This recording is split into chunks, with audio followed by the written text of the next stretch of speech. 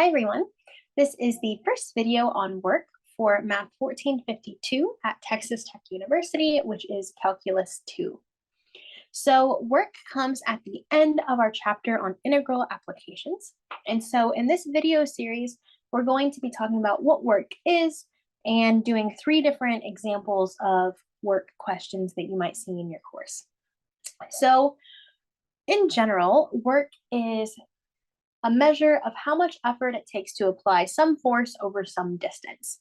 So some examples of this are lifting up a box, where the distance is how far that box is lifted, or stretching or compressing a spring, where it takes work to physically press that spring together or pull it apart, and the distance is how far we do that. Or lastly, pumping water out of a tank. There's some force that's exerted on the water to move it some distance out of the tank, and that's going to be work. So you can see that work depends on force and distance. And in particular, we can represent the work by force times distance. And so you may have seen this formula in a physics course or another math course you've taken, and we're going to refer to this as simple work. And this work is going to be simple because it's going to assume that the force is constant over the entire distance that we're moving. However, if the force changes depending on the distance, we can't just use this multiplication to calculate work, right? So if the force depends on the distance, then that distance is going to become a dependent variable, and we're going to write force as a function depending on that dependent variable. And we're going to add this up using an integral. So remember from Calculus 1 that an integral is just a summation where the summand changes. So our force times distance formula here is going to depend on some variable, and that's going to become our integrand, and then adding it up is going to translate to integrating that integral. So like I said, we're going to focus on 3 different examples. And so the examples that we have are lifting objects, using springs, and pumping liquid. So if we're lifting objects, we're always going to have the same formula for force if we're lifting, whether that be a box, whether that be a cable if we're pulling it up, whatever we're lifting, if there's some lifting involved, our formula for force is always going to be weight density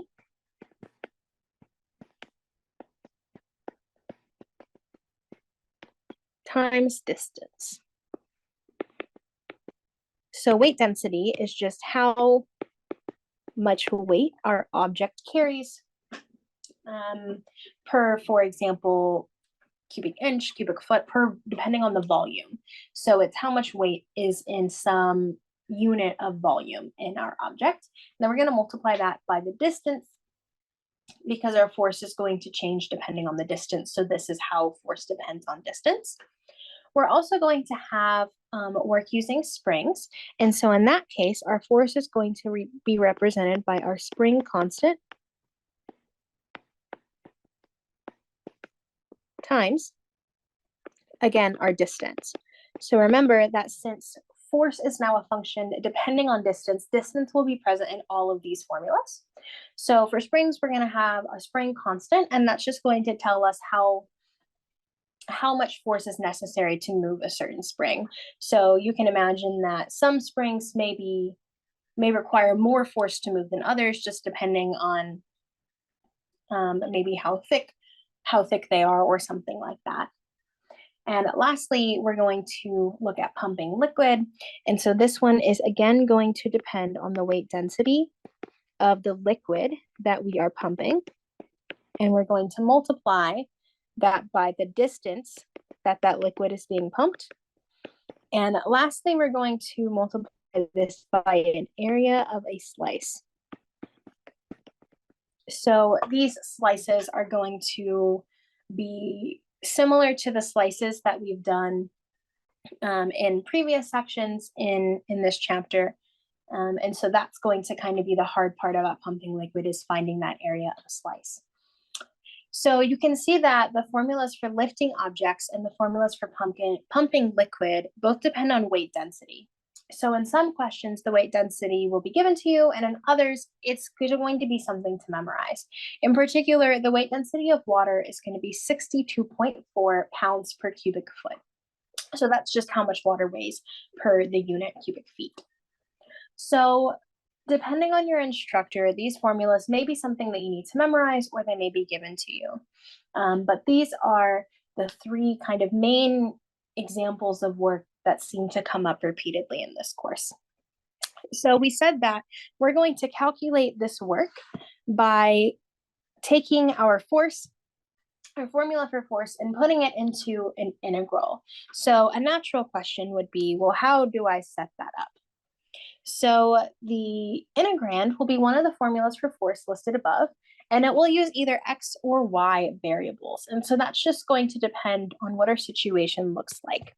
So throughout this worksheet, I'm going to use x to represent when an object is moving horizontally, and I'm going to use y to represent when an object is moving vertically.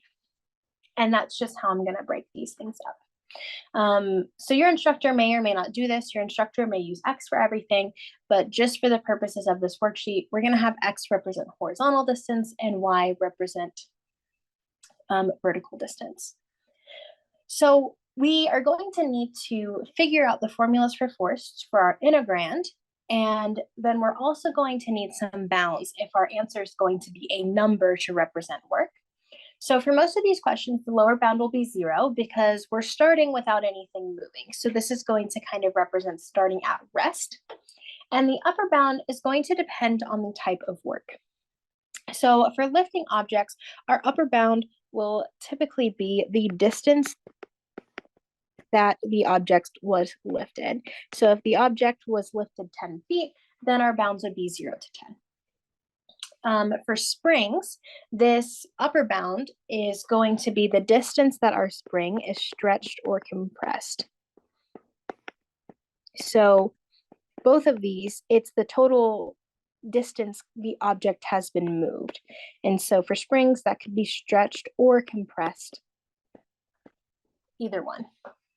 And lastly, for pumping liquid, our upper bound is going to be the height of the liquid.